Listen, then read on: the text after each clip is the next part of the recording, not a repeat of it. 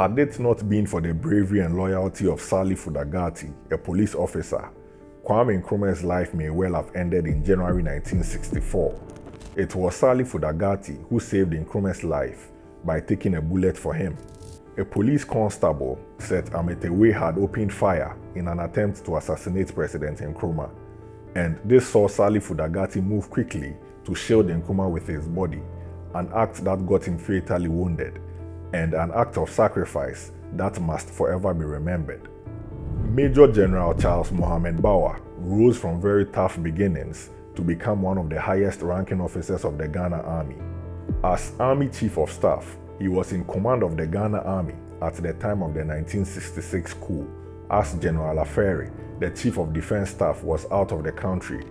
This meant that the coup plotters needed his buy-in or surrender to ensure the success of their illegal takeover of power. But Major General Barwah was too patriotic and loyal to the legal head of state of Ghana, Kwame Nkrumah, and refused to pledge loyalty to the traitors when they ambushed him at his home on the morning of the coup.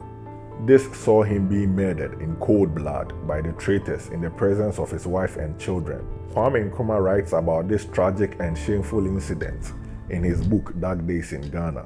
Barwah could not be intimidated. Woken from his sleep in the early hours of the morning of the 24th by the arrival of Kotoka and some 25 men, he courageously refused to either join the traitors or to surrender. Thereupon, Kotoka shot him dead at point-blank range, in cold blood, in the presence of his wife and children. The 7 security officers who were stationed at Barwah's house were also murdered on the spot on Kotoka's orders. Barwah's murder was one of the most disgraceful and ghastly crimes ever committed in Ghana's history.